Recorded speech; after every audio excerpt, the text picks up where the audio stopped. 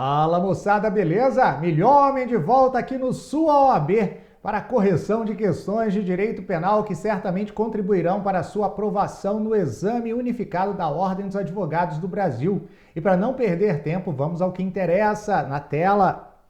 A questão que será objeto da nossa conversa hoje é a questão que fora cobrada no exame de ordem número 29, aplicado em 2019, e que traz a seguinte redação. Após discussão em uma casa noturna, Jonas, com a intenção de causar lesão, aplicou um golpe de arte marcial em Leonardo, causando fratura em seu braço. Leonardo, então, foi encaminhado ao hospital, onde constatou-se a desnecessidade de intervenção cirúrgica e optou-se por um tratamento mais conservador, com analgésicos para a dor, o que permitiria que ele retornasse às suas atividades normais em 15 dias. A equipe médica, sem observar os devidos cuidados exigidos, ministrou o remédio a Leonardo, sem observar que era composto por substância à qual o paciente informara ser alérgico em sua ficha de internação. Em razão da medicação aplicada, Leonardo sofreu choque anafilático, evoluindo a óbito, conforme demonstrado em seu laudo de exame cadavérico. Recebidos os autos do inquérito, o Ministério Público ofereceu denúncia em face de Jonas, imputando-lhe o crime de homicídio doloso. Diante dos fatos acima narrados e considerando o estudo da teoria da equivalência, o advogado de Jonas deverá alegar que a morte de Leonardo decorreu de causa superveniente.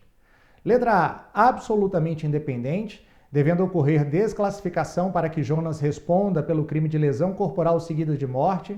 Letra B, relativamente independente, devendo ocorrer desclassificação para o crime de lesão corporal seguida de morte, já que a morte teve relação com sua conduta inicial. Letra C, relativamente independente, que, por si só, causou o resultado, devendo haver desclassificação para o crime de homicídio culposo. E letra D, relativamente independente, que por si só produziu o resultado, devendo haver desclassificação para o crime de lesão corporal, não podendo ser imputado o resultado morte. Muito bem, como você já percebeu, a questão trata da relação de causalidade no direito penal.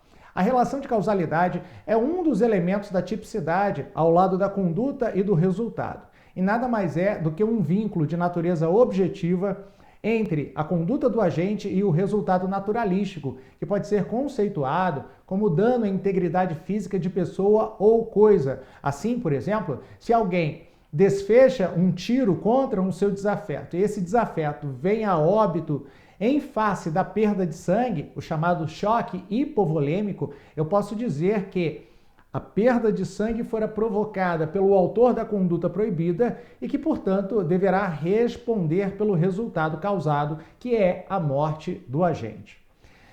O Código Penal, o legislador, adotou a chamada teoria da equivalência das condições.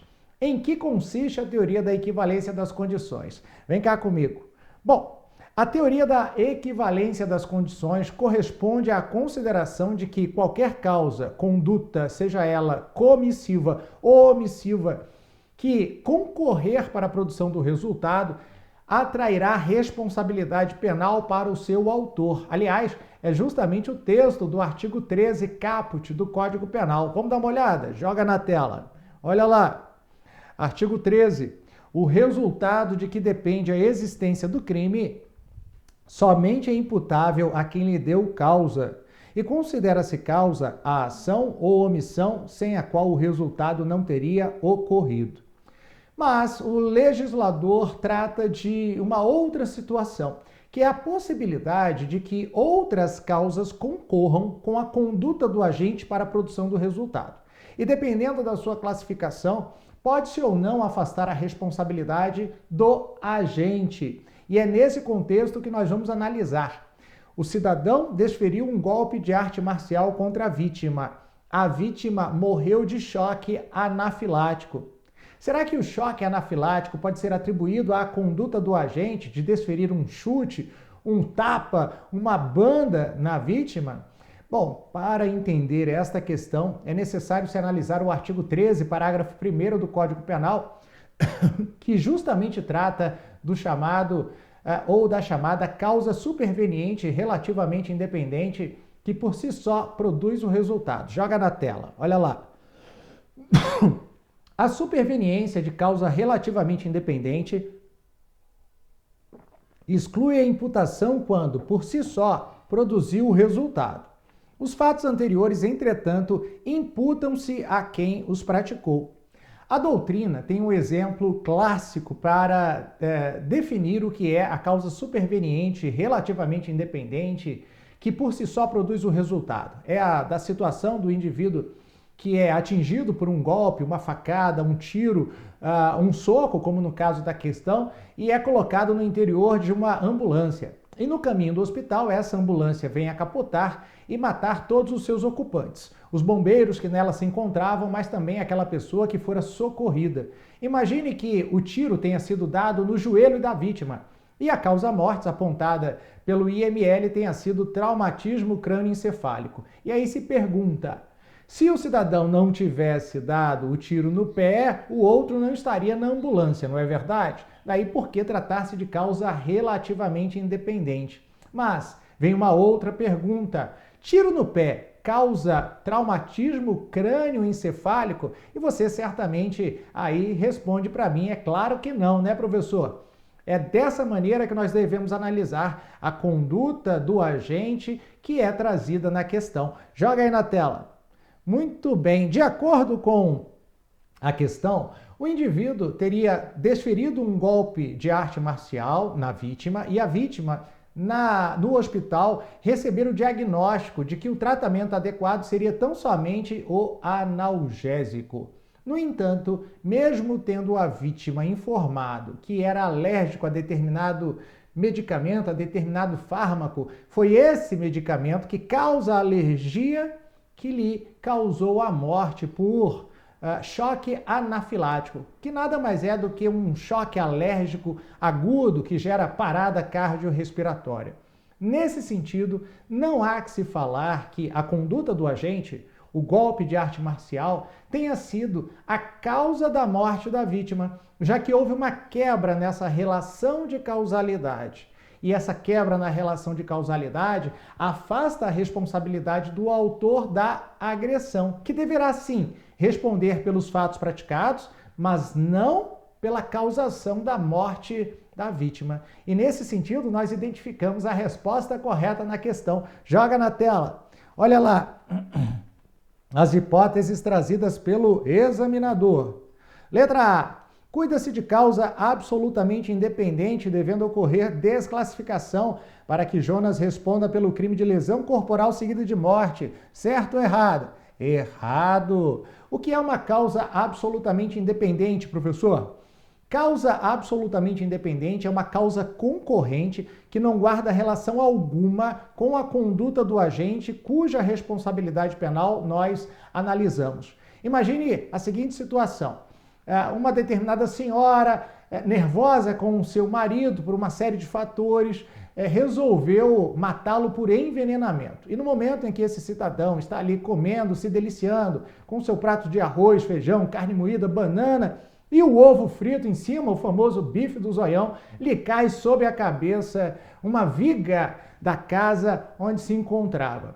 É óbvio que a morte por traumatismo crânioencefálico causado pela viga não guarda relação com o veneno que fora deitado à comida da vítima e, portanto, trata-se de uma causa absolutamente independente, que não guarda relação nenhuma com a conduta do agente. Agora, uma causa relativamente independente é aquela que, ao contrário, guarda relação, como no caso da questão. Se o indivíduo não tivesse desferido um golpe de arte marcial na vítima, a vítima não teria ido até o hospital e não teria morrido de choque anafilático. Porém, lembre-se, o choque anafilático fora produzido em um contexto que quebra a relação de causalidade entre a conduta do agente e o resultado. Agressão, tratamento com analgésico, informação de alergia e, mesmo assim, ministração do fármaco que causou o choque anafilático. E a gente continua analisando as hipóteses. Joga na tela. Letra B de bola. Relativamente independente. Até aqui tudo bem, hein? Devendo ocorrer desclassificação para o crime de lesão corporal seguida de morte, já que a morte teve relação com sua conduta inicial. Qual a diferença entre a lesão corporal seguida de morte e o homicídio?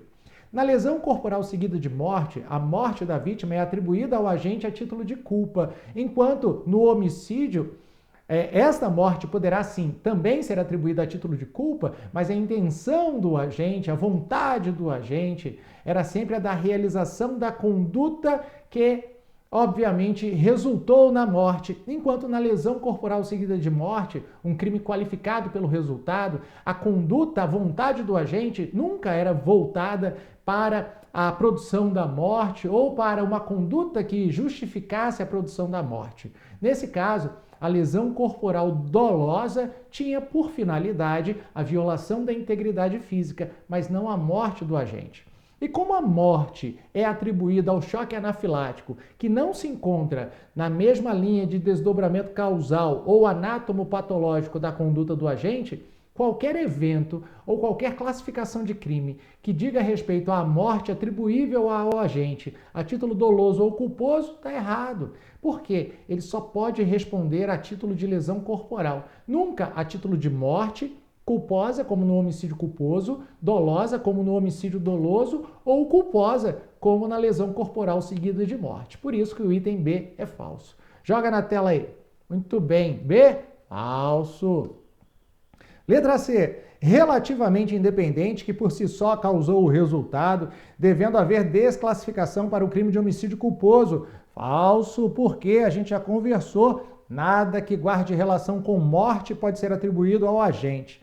E por fim, na letra D, causa relativamente independente, que por si só produziu o resultado, devendo haver desclassificação para o crime de lesão corporal, não podendo ser imputado o resultado morte. E a resposta correta da questão é letra D de dado. Muito bem, vem cá comigo.